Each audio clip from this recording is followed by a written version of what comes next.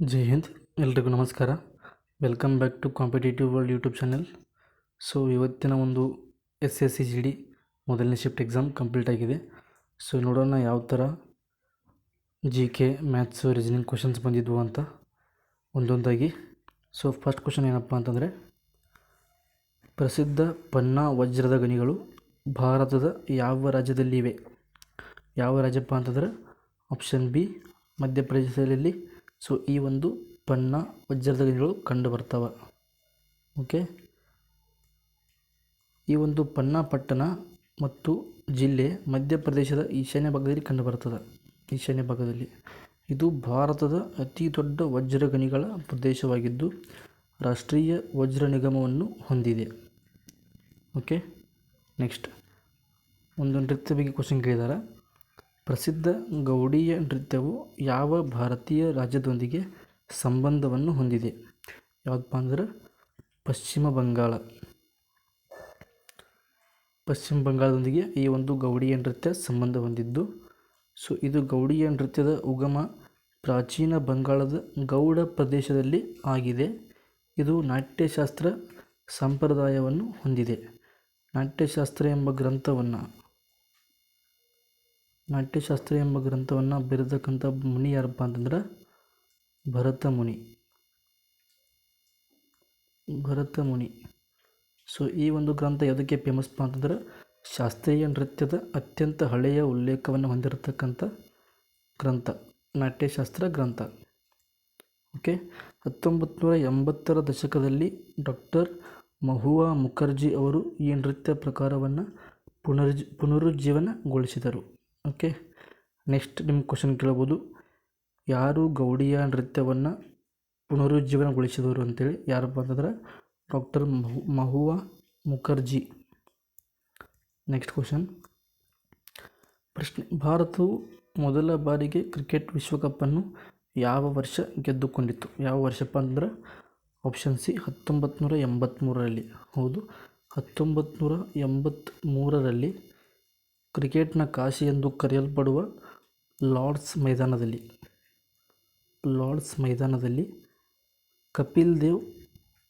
ಕಪಿಲ್ ದೇವ್ ನಾಯಕತ್ವದಲ್ಲಿ West Indies ತಂಡವನ್ನು ಸೋಲಿಸಿ ಭಾರತ ಪ್ರಪ್ರಥಮ ಬಾರಿಗೆ ವಿಶ್ವಕಪ್ ಚಾಂಪಿಯನ್ ಆಗಿ ಹೊರಹೊಮ್ಮುತ್ತದೆ. ಸೊ ಅದರ ನಂತರ ಮತ್ತೆ ವಿಶ್ವಕಪ್ ಯಾವಾಗ ಗೆದ್ದಿದ್ದಪ್ಪ ಅಂದ್ರೆ MS ಧೋನಿ ನಾಯಕತ್ವದಲ್ಲಿ 2011ರಲ್ಲಿ ಶ್ರೀಲಂಕಾವನ್ನು ಸೋಲಿಸಿ ವಾಂಖೇಡೆ ಕ್ರೀಡಾಂಗಣದಲ್ಲಿ ಸೊ ಎರಡನೇ ಬಾರಿಗೆ ಭಾರತ ಏಕದಿನ ವಿಶ್ವಕಪ್ಪನ್ನು ಗೆಲ್ತದೆ. ಸೊ ಆವಾಗ ನಾಯಕ ಯಾರಿದ್ರಪ್ಪ ಅಂದ್ರೆ MS ಧೋನಿ.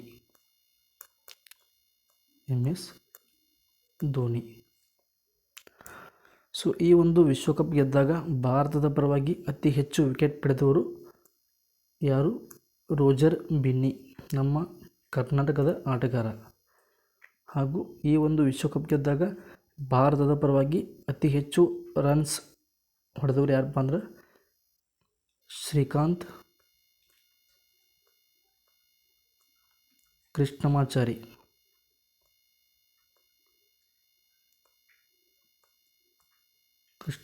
ಶ್ರೀಕಾಂತ್ ಕೃಷ್ಣಮಾಚಾರಿ ಅವರು ಭಾರತದ ಪರವಾಗಿ ಅತಿ ಹೆಚ್ಚು ರನ್ನನ್ನು ಹೊಡೆದಿದ್ದರು. ಓಕೆ, ಸೊ ಇದಿಷ್ಟು ಈ ಕ್ವಶನ್ಗೆ ಸಂಬಂಧಪಟ್ಟಂಥ ಇನ್ಫಾರ್ಮೇಷನು. ಇಲ್ಲಿ ನೋಡ್ರಿ, 1983 ಜೂನ್ 25ರಂದು ಲಾರ್ಡ್ಸ್ನಲ್ಲಿ ಸೊ ಈ ಒಂದು ಫೈನಲ್ ನಡೀತದೆ. ಕಪಿಲ್ ದೇವ್ ನೇತೃತ್ವದ ಈ ತಂಡದ ಗೆಲುವು ಭಾರತದಲ್ಲಿ ಕ್ರಿಕೆಟ್ ಕ್ರಾಂತಿಯನ್ನು ಮೂಡಿಸಿತು. ನೆಕ್ಸ್ಟ್ ಹಿಸ್ಟ್ರಿಗೆ ಸಂಬಂಧಿಸಿದಂಥ ಕ್ವಶನ್, ಮಹಾಕವಿ ಕಾಳಿದಾಸರು ಕೆಳಗಿನ ಯಾವ ರಾಜನ ಆಳ್ವಿಕೆಯಲ್ಲಿ ಪ್ರವರ್ಧಮಾನಕ್ಕೆ ಬಂದರು? ಯಾರಪ್ಪ ಅಂದರೆ ಗುಪ್ತರ ದೊರೆ 2ನೇ ಚಂದ್ರಗುಪ್ತನ ಒಂದು ಅಧಿಕಾರಾವಧಿಯಲ್ಲಿ ಮಹಾಕವಿ ಕಾಳಿದಾಸರು ಸೊ ಮುನ್ನೆಲೆಗೆ ಬರ್ತಾರೆ. ಸೊ ಈ ಕಾಳಿದಾಸರು ಗುಪ್ತ ಸಾಮ್ರಾಜ್ಯದ ಶ್ರೇಷ್ಠ ರಾಜನಾದ ವಿಕ್ರಮಾದಿತ್ಯನ ಆಸ್ಥಾನದಲ್ಲಿದ್ದ ನವರತ್ನರಲ್ಲಿ ಒಬ್ಬರಾಗಿದ್ದರು. ಈ ಕಾಲವನ್ನು ಭಾರತೀಯ ಸುವರ್ಣಯುಗ ಎಂದು ಕರೆಯಲಾಗುತ್ತದೆ. ಸಾಹಿತ್ಯ ಮತ್ತು ಕಲೆಗಳು ಉಚ್ಛ್ರಾಯ ಸ್ಥಿತಿಯಲ್ಲಿ ಇದ್ದವು. ಓಕೆ, ನೆಕ್ಸ್ಟ್ ಕ್ವಶನ್, ಸೊ ಕಾಳಿದಾಸರಿಗೆ ಸಂಬಂಧಪಟ್ಟಂತಹ ಕಾಳಿದಾಸರಿಗೆ ಸಂಬಂಧಪಟ್ಟಂತಹ ಯಾವುದಾದ್ರೂ ಒಂದು ಕೃತಿಯನ್ನು ನೀವು ಕಮೆಂಟ್ನಲ್ಲಿ ಆನ್ಸರ್ ಮಾಡಿರಿ. Okay, next question. ಭಾರತದಲ್ಲಿ ಬ್ರಿಟಿಷ್ ಈಸ್ಟ್ ಇಂಡಿಯಾ ಕಂಪನಿಯ ಆಳ್ವಿಕೆಯನ್ನು ಕೊನೆಗೊಳಿಸಿದ್ದ ಕಾಯ್ದೆ ಯಾವುದು? ಯಾವುದಪ್ಪ ಅಂದ್ರೆ 1857 ಪ್ರಥಮ ಸ್ವಾತಂತ್ರ್ಯ ಸಂಗ್ರಾಮ ಅಂತ್ಯಗೊಂಡಂಥ ನಂತರ ಬಂದಂಥ ಕಾಯ್ದೆ 1858 ಗೌರ್ಮೆಂಟ್ ಆಫ್ ಇಂಡಿಯಾ ಕಾಯ್ದೆ, ಭಾರತ ಸರ್ಕಾರ ಕಾಯ್ದೆ. ಸೊ ಈ ಒಂದು ಬ್ರಿಟಿಷ್ ಈಸ್ಟ್ ಇಂಡಿಯಾ ಕಂಪನಿಯ ಆಳ್ವಿಕೆಯನ್ನು ಕೊನೆಗೊಳಿಸಿ ಬ್ರಿಟನ್ ರಾಣಿಯಾದಂತಹ ಎಲಿಜಬೆತ್ನ ಆಡಳಿತವನ್ನು ಆರಂಭ ಮಾಡ್ತದೆ. ಎಲಿಜಬೆತ್ ರಾಣಿಯ ಆಡಳಿತವನ್ನು ಭಾರತದಲ್ಲಿ 1858 ಆರಂಭವನ್ನು ಮಾಡ್ತಾರೆ. ಸೊ ಇದೇ ಒಂದು ಅವಧಿಯಲ್ಲಿ ಭಾರತದ ಗವರ್ನರ್ ಜನರಲ್ ಹುದ್ದೆಯನ್ನು ರದ್ದುಗೊಳಿಸಿ ವೈಸ್ರಾಯ್ ಹುದ್ದೆಯನ್ನು ಪ್ರಾರಂಭ ಮಾಡ್ತಾರೆ. ವೈಸ್ರಾಯ್ ಹುದ್ದೆ. ಸೊ ಪ್ರಥಮ ವೈಸ್ರಾಯ್ ಯಾರಪ್ಪ ಅಂತಂದ್ರೆ ಲಾರ್ಡ್ ಕ್ಯಾನಿಂಗ್. ಪ್ರಥಮ ವೈಸ್ರಾಯ್ ಅಂದರು ಲಾರ್ಡ್ ಕ್ಯಾನಿಂಗೆ, ಹಾಗೂ ಭಾರತದ ಕೊನೆಯ ಗವರ್ನರ್ ಜನರಲ್ ಅಂದ್ರೂ ಲಾರ್ಡ್ ಕ್ಯಾನಿಂಗೆ ಆಗ್ತಾರೆ. ಓಕೆ, ನೆಕ್ಸ್ಟ್ 1857 ಬಂಡಾಯದ ನಂತರ ಬ್ರಿಟಿಷ್ ಸರ್ಕಾರವು ಈ ಕಾಯ್ದೆಯ ಮೂಲಕ ಕಂಪನಿಯ ಆಳ್ವಿಕೆಯನ್ನು ರದ್ದುಗೊಳಿಸಿತು. ಈ ಕಾಯ್ದೆಯಡಿಯಲ್ಲಿ ಭಾರತದ ಗವರ್ನರ್ ಜನರಲ್ಗೆ ವೈಸ್ರಾಯ್ ಎಂಬ ಬಿರುದು ನೀಡಲಾಯಿತು. ಮೊದಲ ವೈಸ್ರಾಯ್ ಲಾರ್ಡ್ ಕ್ಯಾನಿಂಗ್. ಪಶ್ಚಿಮ ಬಂಗಾಳದಲ್ಲಿ ಹೋಳಿ ಹಬ್ಬವನ್ನು ಯಾವ ಹೆಸರಿನಿಂದ ಕರೆಯಲಾಗುತ್ತದೆ? ಸೊ ಇದು ಪಶ್ಚಿಮ ಬಂಗಾಳಕ್ಕೆ ಕೇಳಿರ್ತಕ್ಕಂಥ ಎರಡನೇ ಪ್ರಶ್ನೆ. ಮೊದಲನೇದು ಗೌಡಿಯಾ ನೃತ್ಯ ಆಯಿತಾ. ಸೊ ಇದು ಎರಡನೇ ಪ್ರಶ್ನೆ ಯಾವುದಪ್ಪ ಅಂತಂದ್ರೆ ದೋಲ್ ಯಾತ್ರಾ ಅಥವಾ ಬಸಂತ್ ಉತ್ಸವ. ಸೊ ಈ ಎರಡು ಹೆಸರಿನಲ್ಲಿ ಹೋಳಿ ಹಬ್ಬವನ್ನು ಪಶ್ಚಿಮ ಬಂಗಾಳದಲ್ಲಿ ಕರೀತಾರೆ. ಪಶ್ಚಿಮ ಬಂಗಾಳದಲ್ಲಿ ಹೋಳಿಯನ್ನು ವಸಂತ ಋತುವಿನ ಆಗಮನದ ಸೂಚಕವಾಗಿ ಬಸಂತ್ ಉತ್ಸವ ಎಂದು ಆಚರಿಸಲಾಗುತ್ತದೆ. ಈ ಸಂದರ್ಭದಲ್ಲಿ ದೋಲ್ ಅಥವಾ ದೋಲಕ್ ವಾದ್ಯಗಳೊಂದಿಗೆ ಬಣ್ಣಗಳಾಟ ನಡೆಯುತ್ತದೆ. ಆದ್ದರಿಂದ ದೋಲ್ ಯಾತ್ರಾ ಎಂಬ ಹೆಸರು ಪ್ರಚಲಿತದಲ್ಲಿದೆ. Okay, next question. ದ್ರವದಿಂದ ಅನಿಲಕ್ಕೆ ಬದಲಾಗುವ ಪ್ರಕ್ರಿಯೆಯನ್ನು ಏನೆಂದು ಕರೆಯಲಾಗುತ್ತದೆ? ಸೊ ಸೈನ್ಸ್ ಕ್ವಶನ್, ಫಿಸಿಕ್ಸ್ ಅಲ್ವಾ, ಕೆಮಿಸ್ಟ್ರಿ ಮೇಲೆ. ಸೊ ನಿನ್ನೆ ಬಯಾಲಜಿ ಮೇಲೆ ಕ್ವಶನ್ ಕೇಳ್ತಾಯಿದ್ರು, ಇವತ್ತು ಕೆಮಿಸ್ಟ್ರಿ ಮೇಲೆ ಕ್ವಶನ್ ಕೇಳಿದಾರೆ. ಏನಪ್ಪ ಅಂದ್ರೆ ದ್ರವದಿಂದ ಅನಿಲಕ್ಕೆ.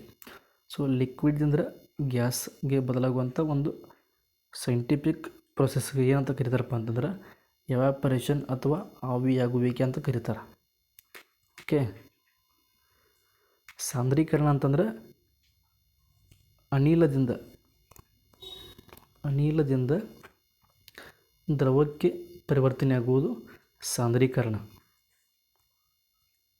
ನೆಕ್ಸ್ಟ್ ಇಲ್ಲಿ ನೋಡ್ರಿ, ಆವಿಯಾಗುವಿಕೆ ಎಂಬುದು ದ್ರವವು ಅದರ ಕುದಿಯುವ ಬಿಂದುವಿಗಿಂತ ಕೆಳಗಿನ ತಾಪಮಾನದಲ್ಲಿ ಅನಿಲವಾಗಿ ಮಾರ್ಪಡುವ ಪ್ರಕ್ರಿಯೆ. ಇದಕ್ಕೆ ವಿರುದ್ಧ ಪ್ರಕ್ರಿಯೆ ಅನಿಲದಿಂದ ದ್ರವಕ್ಕೆ ಸಾಂದ್ರೀಕರಣವಾಗಿದೆ.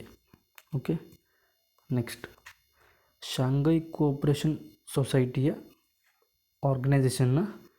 ಶಾಂಘೈ ಕೋಆಪರೇಟಿವ್ ಆರ್ಗನೈಸೇಷನ್ನ ಮಹಾಸಚಿವರ ಅಧಿಕಾರಾವಧಿ ಎಷ್ಟು ಅಂತ ಕೇಳಿದ್ದಾರೆ.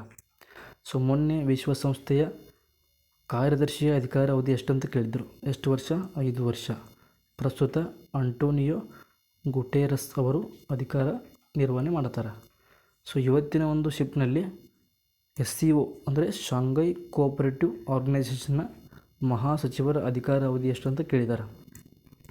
ಎಷ್ಟಪ್ಪ ಅಂತಂದರೆ ಆಪ್ಷನ್ ಬಿ 3 ವರ್ಷ. ಮಹಾಸಚಿವರನ್ನು ರಾಷ್ಟ್ರ ಪ್ರಮುಖರ ಮಂಡಳಿಯು ಸದಸ್ಯ ದೇಶಗಳ ನಾಗರಿಕರಿಂದ ಸುತ್ತು ಪದ್ಧತಿಯಲ್ಲಿ 3 ವರ್ಷಗಳ ಅವಧಿಗೆ ನೇಮಿಸುತ್ತದೆ. ಪ್ರಸಕ್ತ ಅವಧಿಯು ವಿಸ್ತರಿಸಬಲ್ಲದಲ್ಲ ಮತ್ತು ಭಾರತ ಸೇರಿದಂತೆ ಎಲ್ಲ ಸದಸ್ಯ ರಾಷ್ಟ್ರಗಳಿಗೆ ಸಮಾನ ಅವಕಾಶವಿದೆ. ಓಕೆ, ನೆಕ್ಸ್ಟ್ ಇಲ್ಲಿ ನೋಡ್ರಿ, ರೀಸನಿಂಗ್ ಕ್ವಶನ್ ಇದೆ. 10 ಮತ್ತು 11 ಗಂಟೆಯ ನಡುವೆ ಗಡಿಯಾರದ ಮುಳ್ಳುಗಳು 15 ಡಿಗ್ರಿ ಕೋನವನ್ನು ಎಷ್ಟು ಸಮಯದಲ್ಲಿ ರಚನೆ ಮಾಡುತ್ತವೆ? ಸೊ ಈ ಒಂದು ಕ್ವಶನನ್ನು ನೀವೇ ಸಾಲ್ವ್ ಮಾಡಿರಿ. ಆನ್ಸರ್ ಎಷ್ಟಪ್ಪ ಅಂತಂದ್ರೆ ಕರೆಕ್ಟ್ ಆನ್ಸರು ಯಾವುದಂತ ನೀವೇ ಕಮೆಂಟ್ನಾಗ ತಿಳಿಸ್ರಿ. ಸೊ ಅವ್ರು ಕೊಟ್ಟಿರ್ತಕ್ಕಂಥ ಆನ್ಸರ್ ಏನಪ್ಪ ಅಂದ್ರೆ ಎ ಮತ್ತು ಬಿ ಎರಡು ಅಂತ ಕೊಟ್ಟಿದ್ದಾರೆ. ಮೇ ಬಿ ಸೊ ಈ ಒಂದು ಸಮಯದಲ್ಲಿ 2 ಬಾರಿ ಸೊ ಈ ಒಂದು 15 ಡಿಗ್ರಿ ಕೋನ ರಚನೆ ಆಗಬಹುದು. ಅದಕ್ಕೆ ನೀವು ಒಂದು ಸಲ ಇದನ್ನು ಸಾಲ್ವ್ ಮಾಡಿರಿ, ಆನ್ಸರ್ನ ಕಮೆಂಟ್ನಾಗ ತಿಳಿಸ್ರಿ. ಓಕೆ, ನೆಕ್ಸ್ಟ್ ಕ್ವಶನ್ ಬಜೆಟ್ ಬಗ್ಗೆ ಕ್ವಶನ್ ಕೇಳಿದಾರೆ.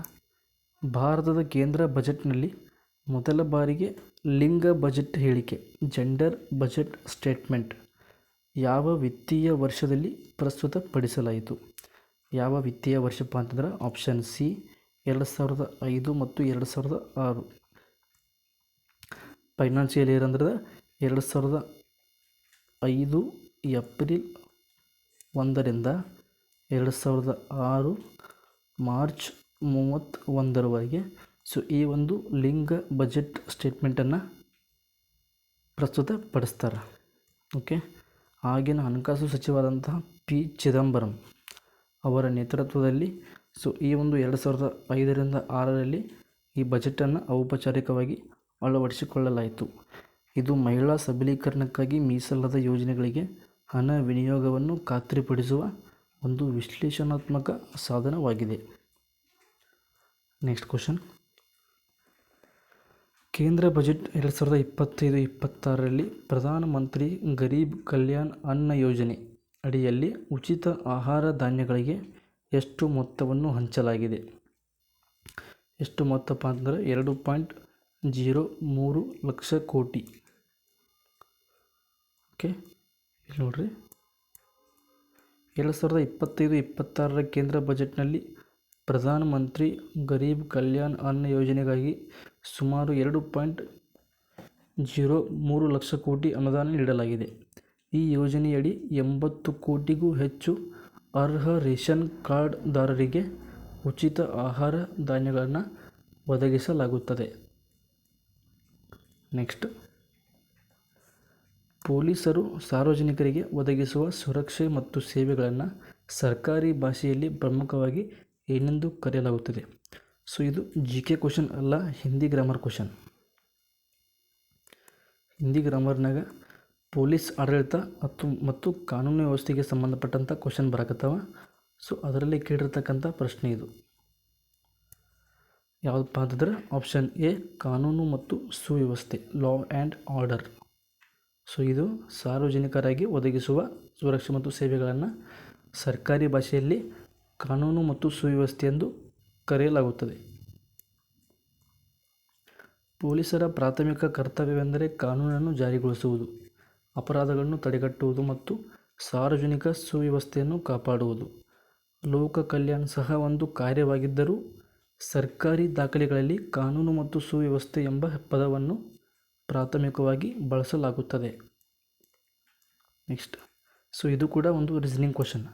1916ನೇ ಇಸವಿಯಲ್ಲಿ ಯಾವ ತಿಂಗಳಿನಲ್ಲಿ ನಿಖರವಾಗಿ 5 ಶುಕ್ರವಾರಗಳಿದ್ದವು?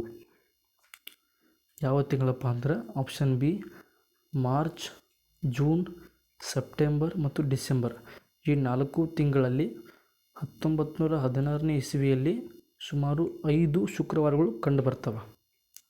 ಓಕೆ, 1916 ಶನಿವಾರದಿಂದ ಆರಂಭವಾಗುವ ಅಧಿಕ ವರ್ಷವಾಗಿತ್ತು. 1916 ಒಂದು ಲೀಪ್ ಇಯರ್. ಕ್ಯಾಲೆಂಡರ್ ಲೆಕ್ಕಾಚಾರದ ಪ್ರಕಾರ 31 ದಿನಗಳನ್ನು ಹೊಂದಿರುವ ಮಾರ್ಚ್, ಜೂನ್, ಸೆಪ್ಟೆಂಬರ್ ಮತ್ತು ಡಿಸೆಂಬರ್ ತಿಂಗಳುಗಳಲ್ಲಿ 5 ಶುಕ್ರವಾರಗಳು ಕಂಡು ಬರ್ತವೆ. ಓಕೆ, ಸೊ ಇದಿಷ್ಟು ಇವತ್ತಿನ ಮೊದಲನೇ ಶಿಫ್ಟ್ ಕ್ವಶನ್ಸ್ ಅನಾಲಿಸಿಸ್ ಆಗಿತ್ತು. ಸೊ ಯಾವುದಾದ್ರೂ ಕ್ವಶನ್ ಉಳಿದಿದ್ದರೆ ಅದನ್ನು ನೆಕ್ಸ್ಟ್ ವಿಡಿಯೋದಲ್ಲಿ ತೊಗೊಂಬರ್ತೀನಿ. ಅಲ್ಲಿವರೆಗೂ ಚೆನ್ನಾಗಿ ಸ್ಟಡಿ ಮಾಡಿ, ರಿವಿಷನ್ ಮಾಡಿ, ಪ್ರಾಕ್ಟೀಸ್ ಮಾಡಿ. All the best. Thank you.